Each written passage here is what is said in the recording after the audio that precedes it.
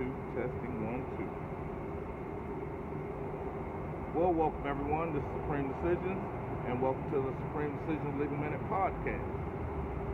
Well, it's been a minute, exactly a little more than a month since the last time you guys have had an opportunity to hear from me. One of the things that I've been doing is kind of building, like I told you guys before. I'm looking to end this year on such a collision course for weaponizing our defense when we're going into these legal battles, because that's what they are, to where we're able to not only function, but we're feared. Not simply because of the repercussions that come with it, but it's the allowing and the acceptance of following through with consequences. So, one of the things that came across that I've been working on, again, for a little more than a month, was the Minnesota Police Department. You know, those that killed a young man because the young lady didn't think her gun was a taser, or thought her gun was a taser, or the Derek Chauvin where he violated not only department policy but human policy for the most part, and holding someone in a chokehold for the most part for more than 8 minutes and then lying about it even though it was on video. Then even after he's convicted, you have 3 other officers trying to circumvent blame, in which they're seen again on video, and what's seen on the video is not matching what they're writing in their police reports.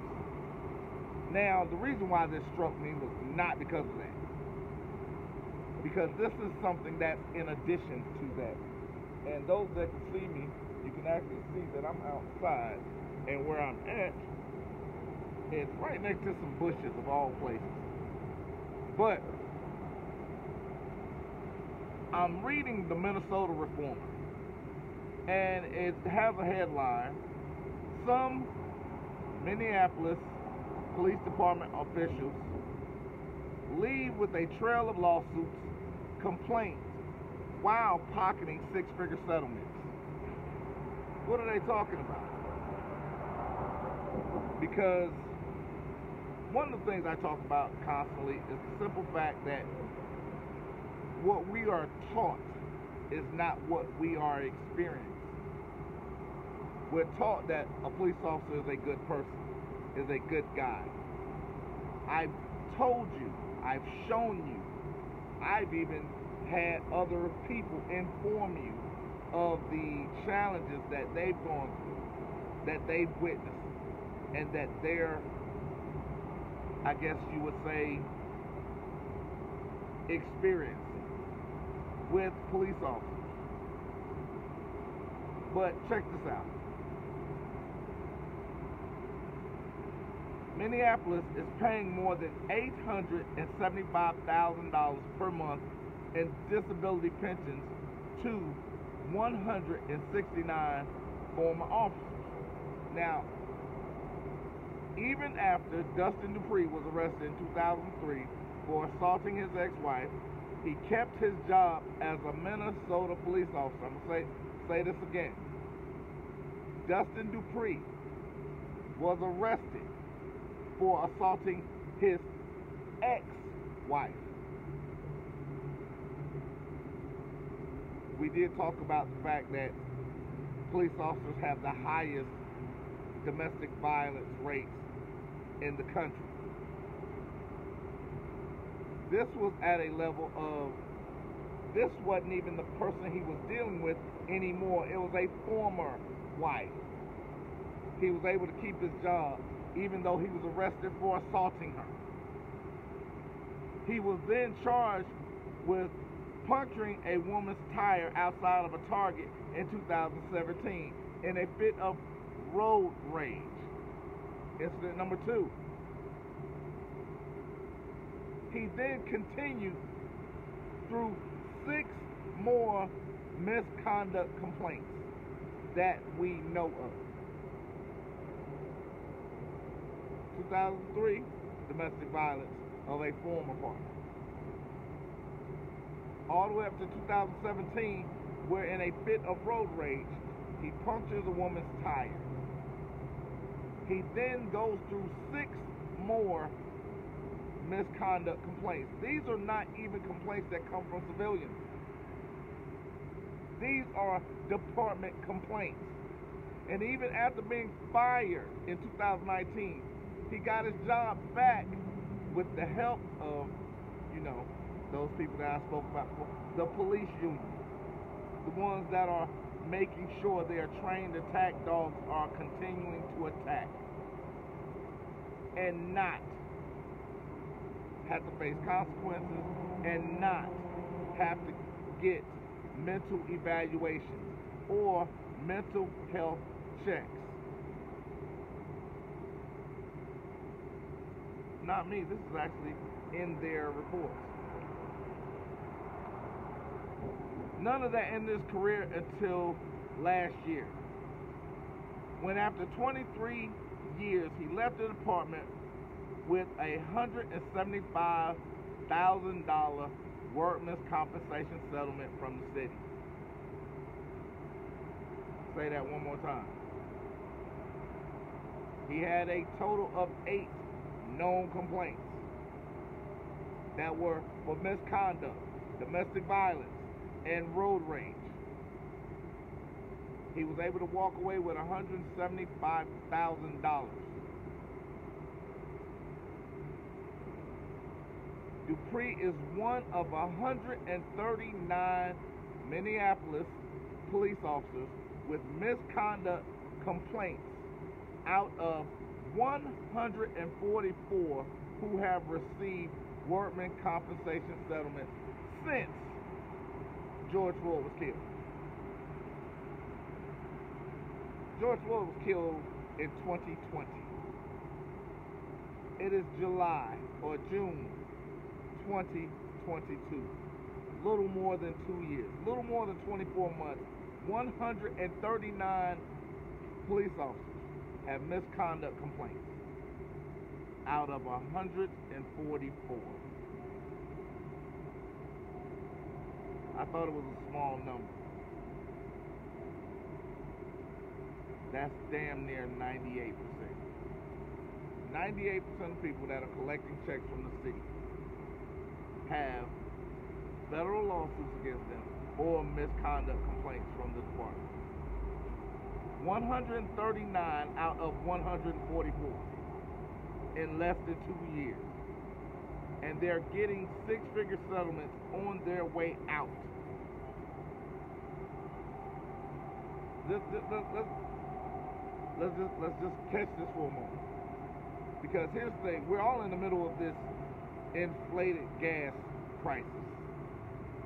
We're all on the back end of the COVID epidemic. We're all sitting there and we're reeling through all the mishaps.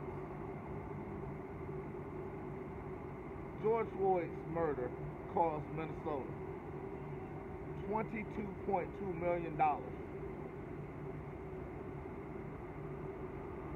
Oh, excuse me.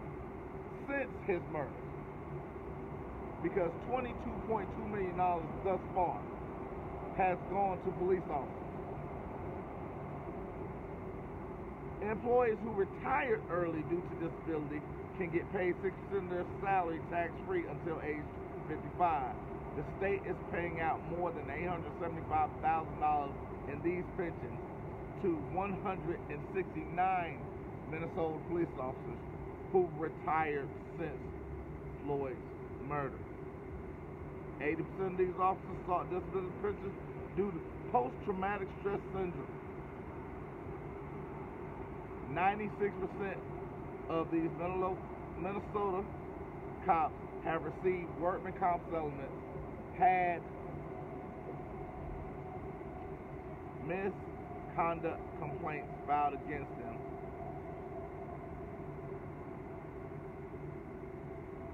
96% of the cops that were leaving had misconduct complaints filed against them. 96% of the cops that had workman comp settlement. 96%. 96%. Again, it's just a few bad apples.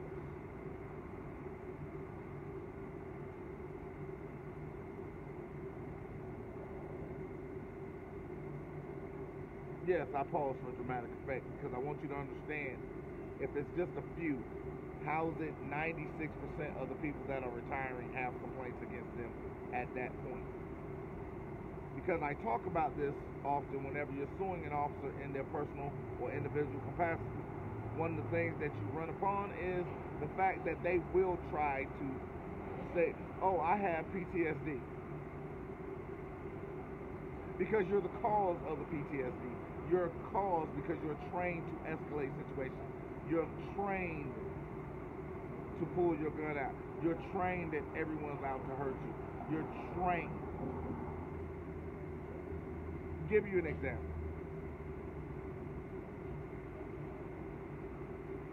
I have a friend of mine. We were sitting down and we went to a party. We're sitting down at a party and it's not very big. It's probably about 20, 25 people there. But off to the side is one guy.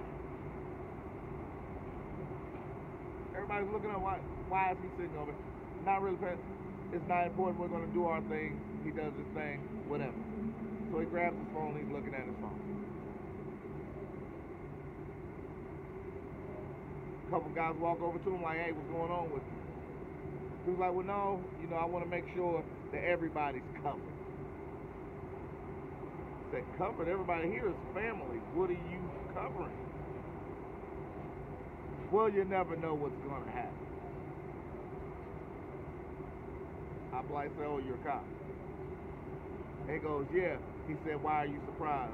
I said to him, why is it that you are on such a high guard with your family members?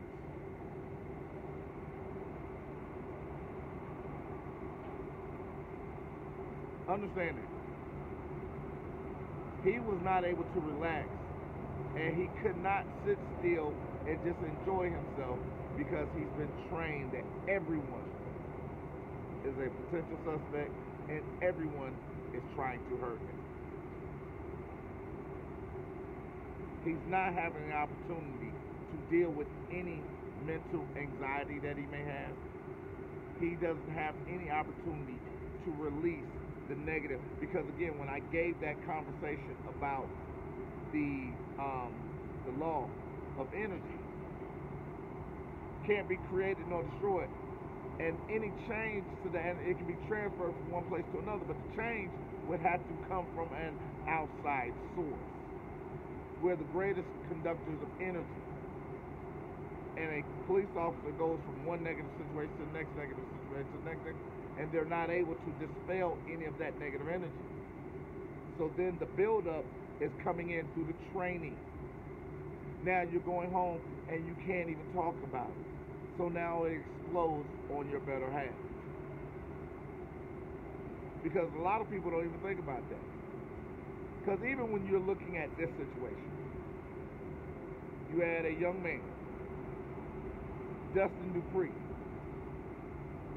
He had a road rage incident against a perfect stranger. He had an incident where he assaulted his ex-wife, someone that's not even in his house. You have 139 officers with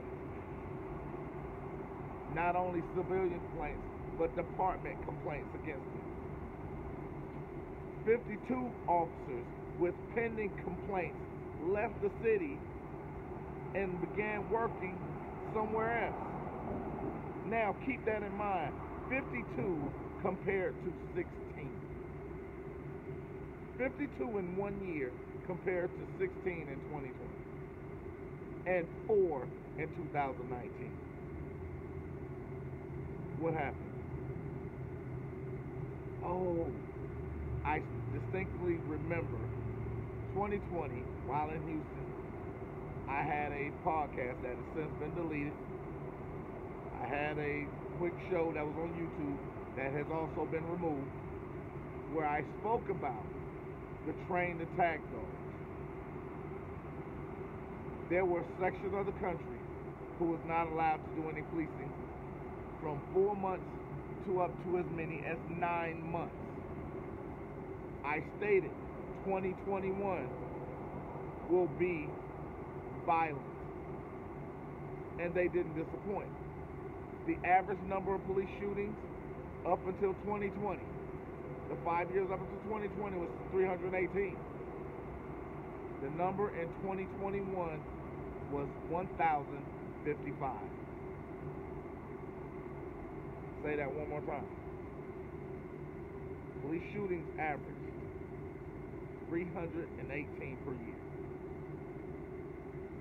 2021, when they were finally allowed to go back to shooting, for the most part, was the most violent year in policing history. 1,055 police shootings. I asked the question: 4 in 2019, 16 in 2020, 52 in 2021. What changed? 96% of those that were leaving, those that were retiring, those that were getting disability, those that were looking for workman's comp, 96% had department complaints against them. Keep that in mind. Not just civilian, but department. They weren't following policing orders and policies. But they are the ones that are asking us to respect them and to comply when they're not following their own instructions.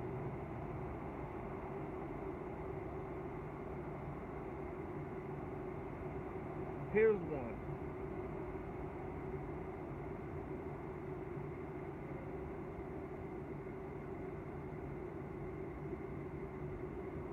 Tyrone Varze had a 12-year Minnesota Police Department career. He racked up 6 lawsuits that cost the city more than $344,000. Here's the question I'm gonna ask. 12 years, 6 misconduct and federal lawsuits. He lost them, and it cost the city $344,000. 2014, Barnes was caught on video tackling a man who had been collecting signatures for voting. Braves threatened to shoot them when they tried to intervene. Now, I'm going to back up a little bit. We know from the Kim Porter trial that officers have a duty, Minnesota Police Department policy, to intervene. We also know from the George Floyd incident that there is a law that allows for civilian intervention in an unlawful arrest. Braves threatened to shoot them when they tried to intervene. He tackled a man who wasn't resisting and who was not committing a crime.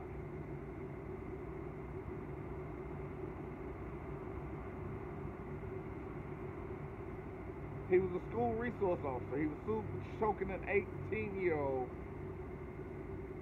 disabled student. The chuckle was this: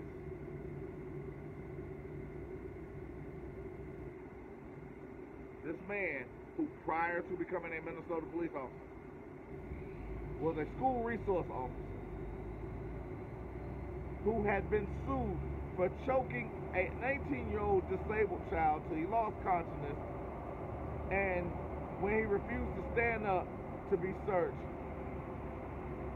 Graves continued to assault him. Student won $140,000. Graves then was also sued for punching a Maple Grove woman in the face, knocking her unconscious when she tried to record him with her cell phone as he responded to a dispute over a cab fare. He lost that one, $82,000.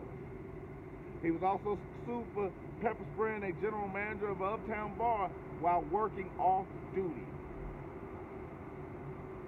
That cost him more than $34,000. He had another lawsuit for beating a man unconscious outside a Dinkstown bar, $62,000.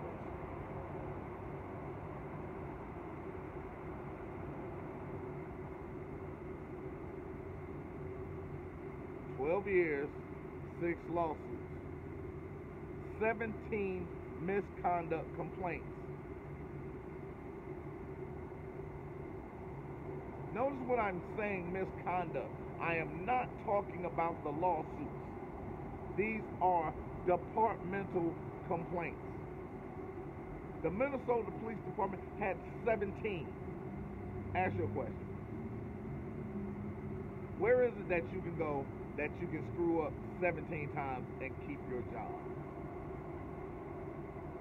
When you have multiple instances of violent acts, why are they keeping him on?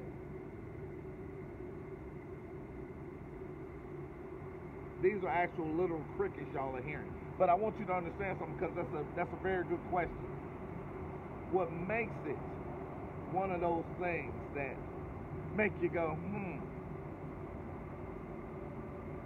I'm reading off in 12 years, violent act after violent act after violent act after violent act after violent act after violent act, misconduct after misconduct after misconduct after misconduct, settlement after settlement after settlement after settlement.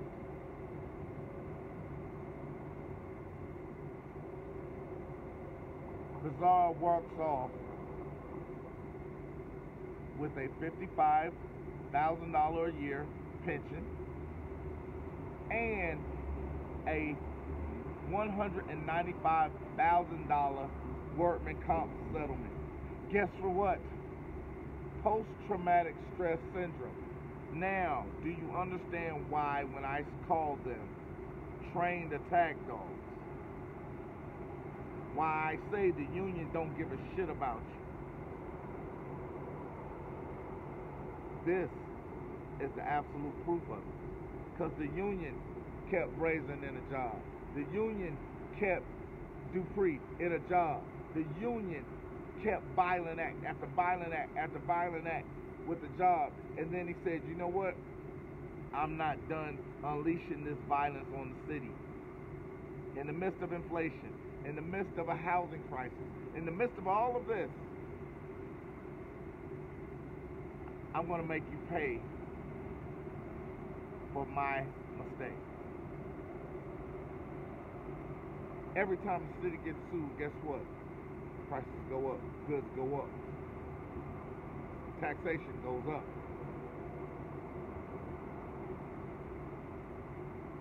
Who's suffering from it?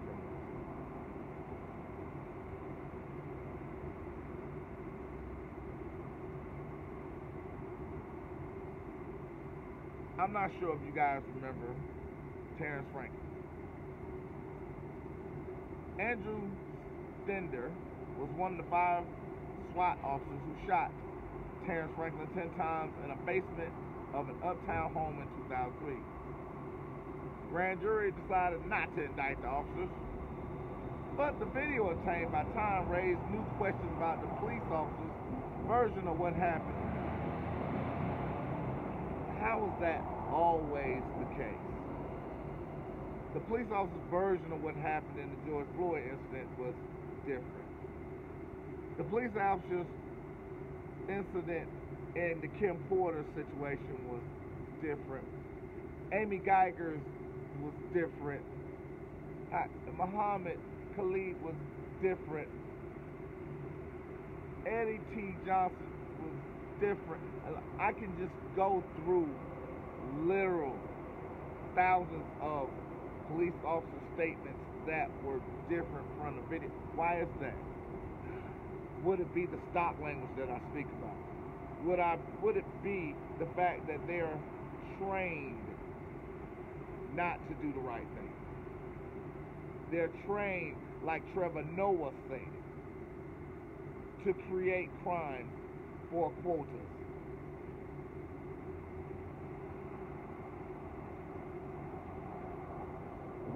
Stender, after the video showed that Stender lied in his report, he was also accused of harassing a fellow officer over the course of 4 years while working in the K-9 unit, where he was the supervisor.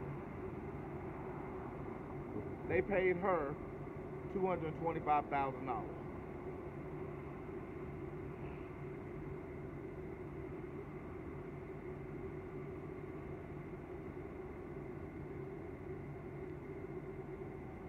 And give you something else. Stender, who sexually harassed Edwards, who lied about the shooting of Terrence Franklin, had 23 misconduct complaints. He received $195,000 in workman's comp. He's going to receive, after February, $128,000 per year in a disability pension. 23 complaints. How is he still a police officer? Trained attack dog.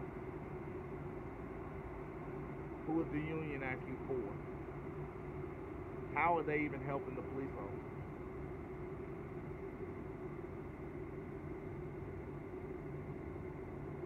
Alexander Brown and another officer punched a handcuffed Native American man in the face, breaking his nose and possibly causing traumatic brain injury. The officers also put a spit hood on his head, and then the EMT injected him with ketamine. Doctors had to incubate the man to keep him breathing. Brown was fired. He then sued the city, claiming it agreed to rehire him and then backed out the deal. He got his job back. He won $175,000 in workman's comp. He's getting more than $46,000 a year in retirement benefits.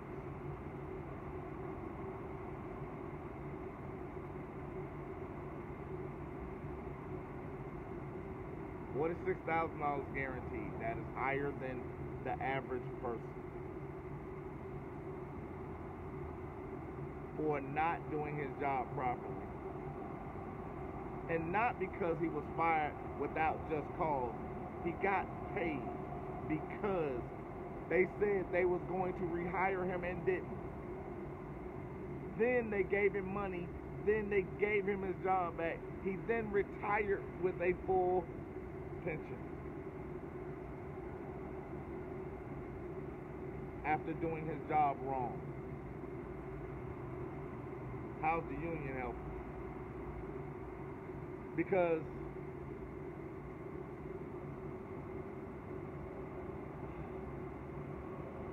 I look at this and I talk about it, and I hate speaking in some of these things because it's such a negative thing. But many of the people that hear me, it's not for you.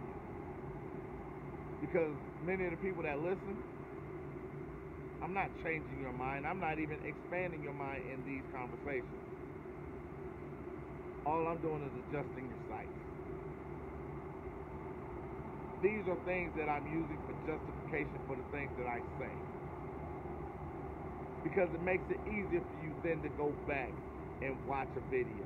Makes it easier then for you to go back and hear me on another podcast.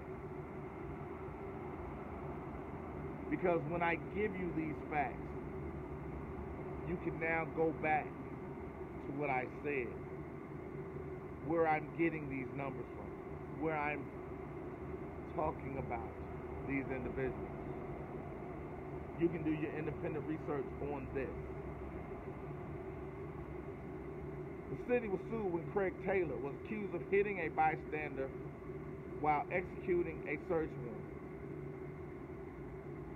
He hit a man so hard that he lost control of his bowels. The city paid more than $500,000 in a federal lawsuit. Taylor received $175,000, also receiving $73,000 per year in disability. Sherry Appleton was accused of stomping on a man's back, kicking him 12 times, and using a taser while apprehending a car break-in suspect. Notice that the person she's doing this to is not the car break-in suspect. The city settled with the man for $125,000. Appleton had a lengthy complaint filed and received $160,000 in her settlement. Thomas Beardson was accused of punching a man so hard he suffered concussion. He was convicted of a misdemeanor 5th-degree assault. They suspended him. He kept his state license and his job. He received $175,000 in a workman comp settlement.